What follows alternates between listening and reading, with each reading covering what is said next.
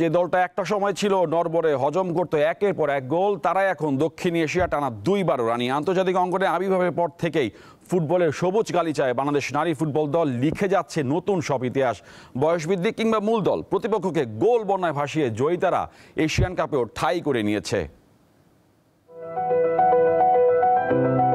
2005 সালে দক্ষিণ কোরিয়ায় এএফসি অনূর্ধ্ব-17 বাছাই পর্বে গুয়ামের বিপক্ষে 1-0 গোলে হার দিয়ে 20 বছর আগে নারী ফুটবলে যে যাত্রা শুরু করেছিল বাংলাদেশ, ওই টুর্নামেন্টে জাপানের কাছে 24-0 গোলে বিধ্বস্ত হয়ে লাল সবুজের মেয়েরা টের পেয়েছিল আন্তর্জাতিক ফুটবলের নির্মম বাস্তবতা।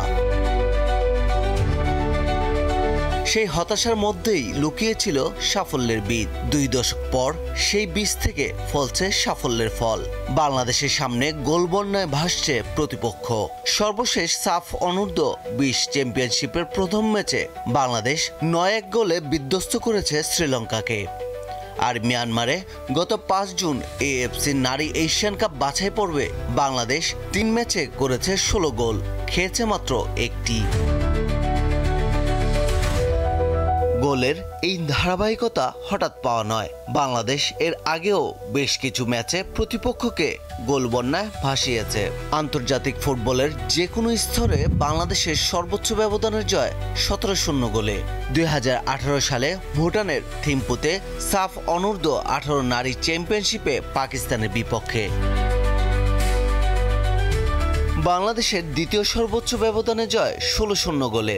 2015 সালে নেপালের মাঠে ভুটানকে হারিয়ে এএফসি অনূর্ধ্ব-14 চ্যাম্পিয়নশিপে গ্রুপ চ্যাম্পিয়ন হয়েছিল বাংলাদেশ।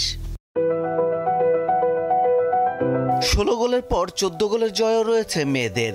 2018 সালের থিম্পুতে বাংলাদেশের মেয়েরা পাকিস্তানকে গুড়িয়ে দেয় 14-0 গোলে। সেটি ছিল অনূর্ধ্ব-15 সাফে। এরপর ঢাকায় 2021 সালের সাফ অনূর্ধ্ব-19 চ্যাম্পিয়নশিপে শ্রীলঙ্কাকে 12-0 গোলে হারায় লাল সবুজেরা। 10-0 গোলের ব্যবধানে জয়ের রেকর্ড আছে 4টি। এমন বড় বড় জয়ে এগিয়ে যাচ্ছে বাংলাদেশের মেয়েরা।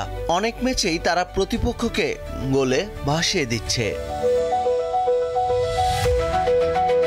পারভেজ খোকন, দীপ্ত স্পোর্টস।